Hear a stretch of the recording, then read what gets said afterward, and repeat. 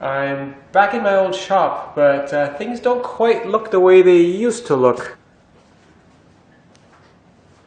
The only thing that's really left is the table saw. The movers are coming tomorrow to pick up the remaining heavy stuff, including this table saw.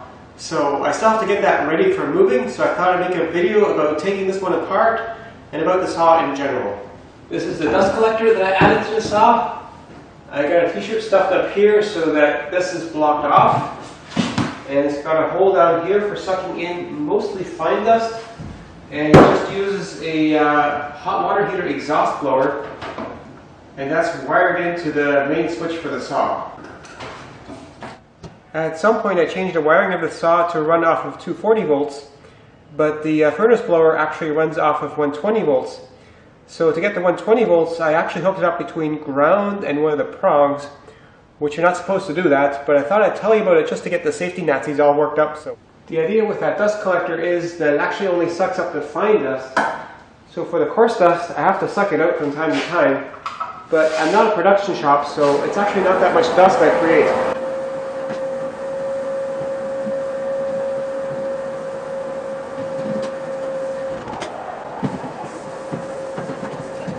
This baffle here is actually designed to keep the coarse dust from getting sucked into my little dust collector. I don't normally take this out, but because I'm moving the saw, I might as well get everything in here. I first made this sled for the saw, and the idea of this sled was that it would be more like a format style table saw with basically a long fence on this side, and with the sled sticking out this far. As long as I hold down the workpiece here, I've cut pieces of wood that were 2.5 meters or 8 feet long on here without a problem. So this has worked out really well for me. But at some point, I built a small table saw sled like this one just for cutting out some puzzle pieces. And I ended up using that sled a lot just because it's so handy. So I then built a slightly improved one, and that's this one here. And it has this little flip thingy here. And the idea of this is when the sled is far enough that the middle of the blade is in line with this here, that catches on the outfeed table, and that is a very useful safety feature. It keeps the blade from coming too far out the back, and also prevents this slot from getting cut too far out the back here, and that helps to direct sawdust back into the saw, and that makes using this table saw sled a relatively non-dusty operation for a table saw. Much less dust than a miter saw. And there's tons of YouTube videos out there about building the ultimate table saw crosscut sled. My recommendation is don't build the ultimate sled. Build something that is handy so you'll actually use it. I quite like the fence on this table saw, but it's not perfect, but having gotten used to it, I get very good results with it. The nice thing about this fence is it locks on both sides. Basically the lock thing just pulls this little thing here, which pulls onto the rail on the back. And because of that, because this is so far away, it's possible to lock this fence down so it's not square. Right now it's a little bit off square. Now it's square. So if you're not careful, it will lock off square, but I've just gotten used to when I lock this thing, push forward on the handle and push it down, and that squares it up before it engages on the back. And with the fence engaged on the back as well, it's very rigid.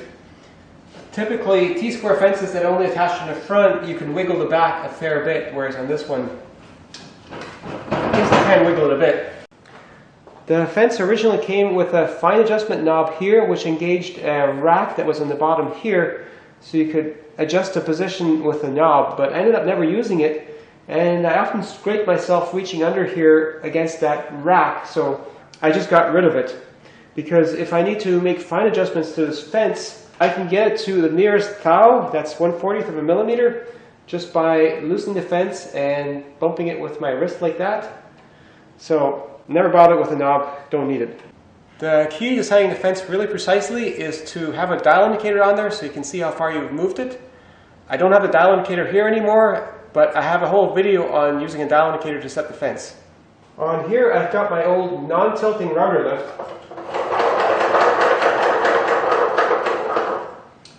I haven't used this rotor lift very much lately because mostly I've been using a tilting rotor lift.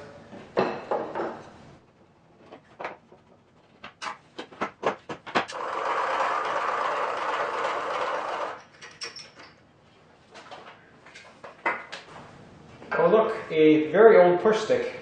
This is before I realized that this shape is the ultimate shape for a push stick. I'm sorry, John Heiss, but you're just plain wrong about your push sticks.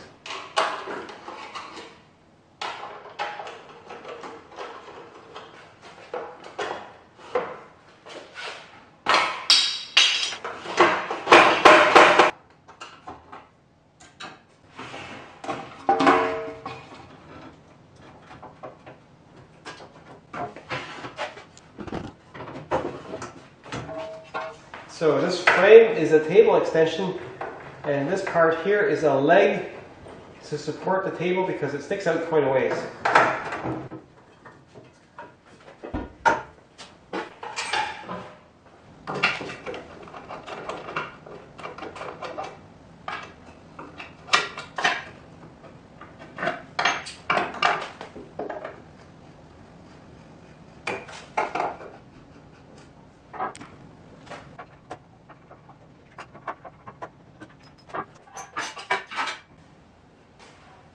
These two angle brackets hold the outfeed at the right height, and I had to make some shims to get it at just the right height.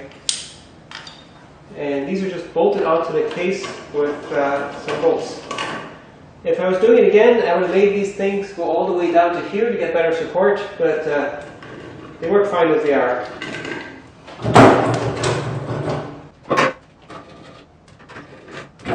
The corner joints for these are basically like a multiple bridle joint, and a joint like that has a huge amount of glue area. So this joint, if you try to break it, the wood will break here before the joint itself fails. I also made a table extension on this side because if I'm using the sled with a really long piece of wood, I want support as far out here as possible. The other reason I made this is because my old table saw, which is smaller than this one, had actually more distance from here to here. So I decided I had to make up for that shortcoming. And this is just bolted onto the cast iron.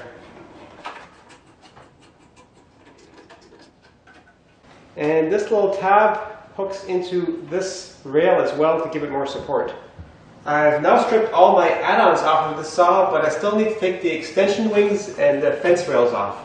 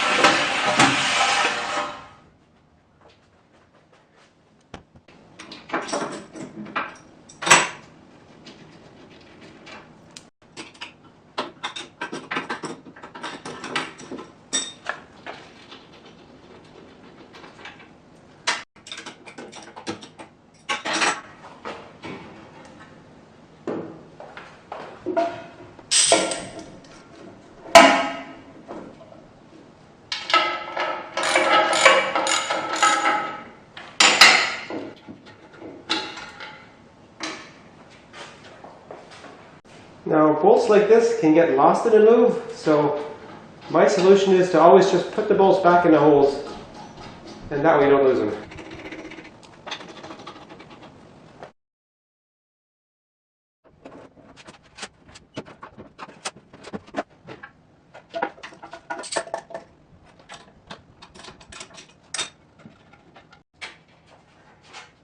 Now I just have a teeny weeny little table saw, but I think for safety I should also take the blade out. And for all your safety people out there, this time I even unplugged the saw. At least give me credit for that, eh?